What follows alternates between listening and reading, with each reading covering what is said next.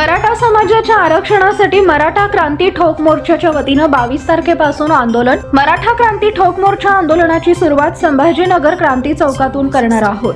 संतोष देशमुख यांना न्याय मिळवून देणार। 22 तारखेपासून हे आंदोलन सुरू होईल। मराठा क्रांती मोर्चा ठोक मराठाच्या वतीनं हे आंदोलन करणार। मराठा क्रांती ठोक मोर्चा हा संतोष देशमुख यांच्या कुटुंबियांच्या पाठीशी उभा आहे।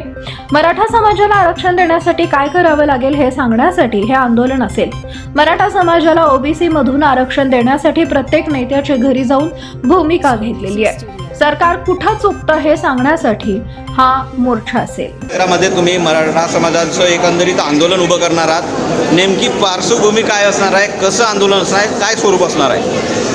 मराठा क्रांती ठोक मोर्चा व मराठा क्रांती मोर्चाच्या वतीने मराठा आरक्षण चिंतन आंदोलनाची सुरुवात आम्ही संभाजीनगर या ठिकाणून करणार आहोत। ज्या क्रांती चौकातून पहिला मोर्चा मराठा समाजाला आरक्षण मिळावं म्हणून ज्या संभाजीनगर ज्या क्रांती चौकातून सुरू झाला होता, त्याच क्रांती चौकातून आम्ही आता पुन्हा या ठिकाणी मराठा समाजाच्या आरक्षणासाठी आणि मराठा समाजाच्या प्रलंबित मागण्यासाठी व तसेच आमच्या संतोष देशमुख भैया यांच्या मारेकऱ्यांना या ठिकाणी तात्काळ फाशी, आरोपी अजूनही फरार आहे, त्याला तात्काळ या ठिकाणी अटक करावं म्हणून त्यासाठी क्रांती चौकाच्या ठिकाणी मराठा क्रांती ठोक मोर्चाच्या वतीने आम्ही या ठिकाणी 22 फेब्रुवारी पासून क्रांती चौकात आंदोलनाचं सुरू होणार आहे। या एकंदरीतच जो एल्गार तुमचा असणार आहे त्याची पार्श्वभूमी काय आहे, म्हणजे काय अनुषंगाने तुम्ही हे आंदोलन उभं करताय?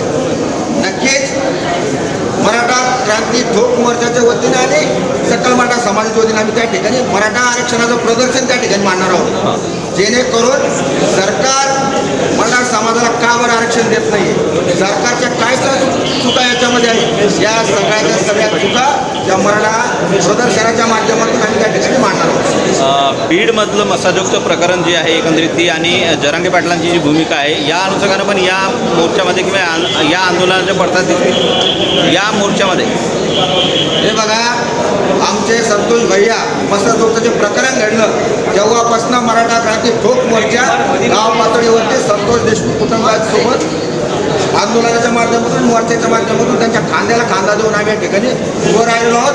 आणि राहिला विषय मराठा आरक्षणाचा प्रश्न, या सरकारला मी आज आपल्या सर्वांच्या माध्यमातून सांगू इच्छितो की सरकारने काय काय चुका केलेल्या आहेत, या चुका आम्ही संभाजीनगर या ठिकाणी मराठा आरक्षण परिषदेच्या माध्यमातून जे प्रदर्शन त्या ठिकाणी मांडणार आहोत। नक्कीच या प्रदर्शनाच्या माध्यमातून नक्कीच मराठा समाजाला कशा पद्धतीने आरक्षण द्यायला पाहिजे हे सरकारला आम्ही या ठिकाणी दाखवण्याचा या ठिकाणी प्रयत्न करत आहोत। जे सरकारनं आतापर्यंत मराठा आरक्षणासाठी करायला पाहिजे होतं ते त्यांनी केलं नाही, ते करावं म्हणून त्या प्रदर्शनाच्या माध्यमातून आम्ही त्या ठिकाणी मान्य करणार आहोत। पाटील साहेब, एकंदरीतच जरांगे पाटील तुमच्या या प्रश्नावरती लढा देत आहेत। तुम्ही पण मुंबईमध्ये अनेक आंदोलनं केली आहेत, मुख्यमंत्र्यांची भेट घेतली, उपमुख्यमंत्र्यांची भेट घेतली तत्कालीन, तुम्हाला यश येताना दिसत नाही आहे। पण हे बघा, पाठीमागं आम्ही मराठा क्रांती ठोक मोर्चाच्या वतीनं जवाब दो या आंदोलनाच्या माध्यमातून सर्व पक्षीय नेत्यांच्या घरासमोर जाऊन आम्ही त्यांना या ठिकाणी प्रश्न विचारला होता की मराठा समाजाला ओबीसी मधून आरक्षण द्यावं म्हणून तुमची पक्षाची या ठिकाणी भूमिका स्पष्ट करा।